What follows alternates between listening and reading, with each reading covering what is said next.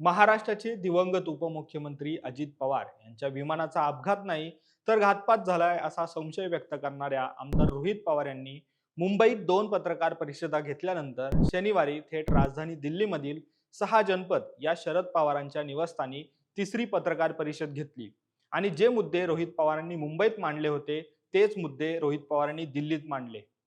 मात्र या पत्रकार परिषदेत रोहित पवारांचा निशाणा होता तो केंद्रीय नागरी उड्डाण मंत्री राममोहन नायडू यांच्यावर। रोहित पवारांनी या पत्रकार परिषदेत बोलताना पंतप्रधान नरेंद्र मोदी आणि गृहमंत्री अमित शहा यांच्याकडे नागरी उड्डाण मंत्र्यांचा राजीनामा घेण्याची मागणी केली। तर याबाबत पंतप्रधान मोदींना ईमेलद्वारे पत्र सुद्धा लिहिणार आहोत असंही रोहित पवार म्हणाले। इतकंच नाही तर लोकसभेचे विरोधी पक्षनेते राहुल गांधी यांनीही अजित पवारांच्या घातपाताचा विषय हाती घ्यावा अशीही विनंती रोहित पवारांनी केली। त्याचबरोबर विमानाची VSR कंपनी आणि केंद्रीय मंत्री नायडू यांचे संबंध असल्याचे गंभीर आरोपही रोहित पवारांनी या पत्रकार परिषदेत केले। पण नक्की रोहित पवार या पत्रकार परिषदेत काय म्हणाले, त्यांनी कोणत्या संशयाच्या आधारे मंत्री नायडूंवर आरोप केलेत आणि हे आरोप नेमके काय आहेत हे सगळं सविस्तर जाणून घेऊ या व्हिडिओमधून। नमस्कार, मी अरविंद आणि तुम्ही पाहतात महाराष्ट्र कट्टा।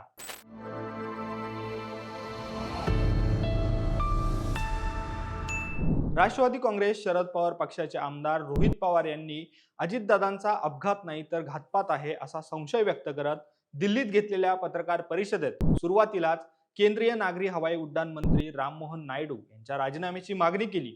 ही मागणी का करत आहोत आणि नेमकी नायडू यांच्यावर काय संशय आहे हे देखील रोहित पवारांनी सुरुवातीलाच सांगितलं आणि सलग दुसऱ्या पत्रकार परिषदेत रोहित पवारांनी मंत्री नायडू यांच्यावर आरोप केले। तर रोहित पवारांनी मंत्री राममोहन नायडू यांच्या राजीनाम्याची मागणी करताना ज्या 3 मुद्द्यांवर शंका घेत गंभीर आरोप केलेत ते मुद्दे बघूयात।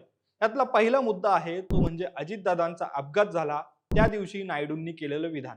28 जानेवारीला बारामतीत सकाळी अजित पवारांचा अपघात झाला आणि या अपघातानंतर लगेचच मंत्री राममोहन नायडू हे बारामतीत दाखल झाले आणि मीडियाला प्रतिक्रिया देताना नायडू असं म्हणाले की विमान उतरण्यावेळी DGCAने सगळी तपासणी करूनच परवानगी दिली होती।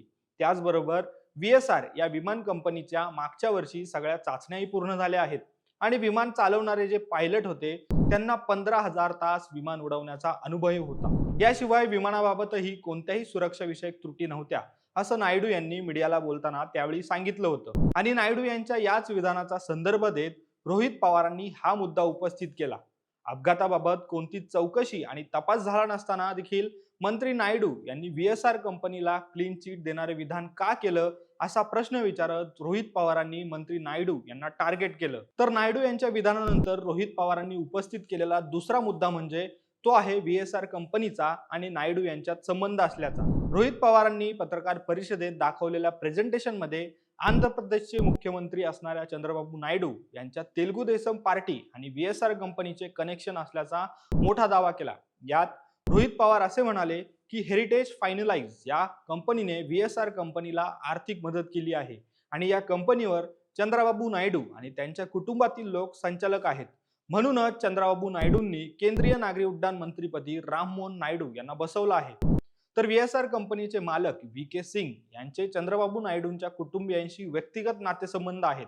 तर VSR कंपनीचे संचालक रोहित सिंग यांच्या विवाहाला चंद्रबाबू नायडू यांचे कुटुंब उपस्थित होते आणि मग जर असं असेल तर निष्पक्ष चौकशी कशी होणार आणि अजितदादांना न्याय कसा मिळणार असं सांगत रोहित पवारांनी मंत्री राममोहन नायडू यांचा राजीनामा घेतला पाहिजे अशी मागणी केली। तर रोहित पवारांनी उपस्थित केलेला तिसरा महत्त्वाचा मुद्दा म्हणजे विमान अपघाताबाबत अजूनही बाहेर न आलेला प्राथमिक चौकशी अहवाल।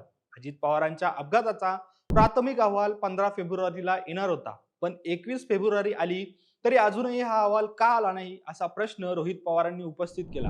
तर अपघातग्रस्त विमानाचा तपास करणाऱ्या AIB ने ब्लॅक बॉक्स जळाला असल्याने कॉकपिट व्हॉइस रेकॉर्डरला नुकसान झालं आहे, त्यामुळे त्यातील डाटा रिकव्हर करण्यासाठी विमानाचा ब्लॅक बॉक्स परदेशात जाणार आहे असं सांगितलं आहे। मात्र हा ब्लॅक बॉक्स दिल्लीमधील AIBच्या लॅबमध्ये आहे। याच लॅबमध्ये याआधी झालेल्या 2 विमानांच्या ब्लॅक बॉक्स रिकव्हरीसाठी आहे, पण त्याचाही अहवाल अजून बाहेर आलेला नाही। त्याचबरोबर AIBची दिल्लीतील लॅब उभारण्यात मंत्री राममोहन नायडू यांचा हातभार असल्याचं बोललं जातंय, त्यामुळे अजूनही तपासाचा अहवाल आलेला नाही। तर तपास करणाऱ्या समितीमध्ये लेअरजेट 45 या विमानाची माहिती नसणाऱ्या लोकांचा समावेश करणं चुकीचं आहे असं देखील रोहित पवार म्हणाले। त्यामुळे अजितदादांना केवळ पंतप्रधान नरेंद्र मोदी आणि अमित शहाच न्याय देऊ शकतात असं म्हणत रोहित पवारांनी या प्रकरणामागे आंतरराष्ट्रीय दर्जाचे व्यावसायिक आणि राजकीय कटकारस्थान असल्याचा संशय व्यक्त केला आहे. या सगळ्याच्या आधारे केंद्रीय मंत्री राममोहन नायडू हे व्हीएसआर कंपनीला वाचवण्यासाठी प्रयत्न करत आहेत असा गंभीर आरोपही आमदार रोहित पवारांनी केला. एकूणच अजित पवारांचा अपघात आणि व्हीएसआर कंपनीसोबत असलेले तेलुगू देसम पक्षाचे संबंध आणि केंद्रीय मंत्री नायडू यांचा व्हीएसआर कंपनीला वाचवण्याचा प्रयत्न यामुळे अपघाताची चौकशी निष्पक्ष होणार नाही आणि त्यामुळेच नायडू यांनी राजीनामा द्यावा अशी मागणी रोहित पवारांनी थेट दिल्लीत जाऊन केली. त्यामुळे आता पंतप्रधान नरेंद्र मोदी आणि गृहमंत्री अमित शहा यांच्याकडे नायडू यांच्या राजीनाम्याची मागणी रोहित पवार करतील का? तसेच अजित पवारांच्या अपघाताचा प्राथमिक चौकशी अहवाल नेमका कधी येणार हे पाहणं महत्त्वाचं असणार आहे. दरम्यान रोहित पवार यांनी केंद्रीय मंत्री राममोहन नायडू यांच्यावर केलेल्या आरोपांबद्दल तुमची मतं काय आहेत हे आम्हाला कमेंटमध्ये सांगा आणि असेच माहितीपूर्ण व्हिडिओ पाहण्यासाठी आमच्या महाराष्ट्र गट्टाला तुम्ही नक्की सबस्क्राईब करा. धन्यवाद.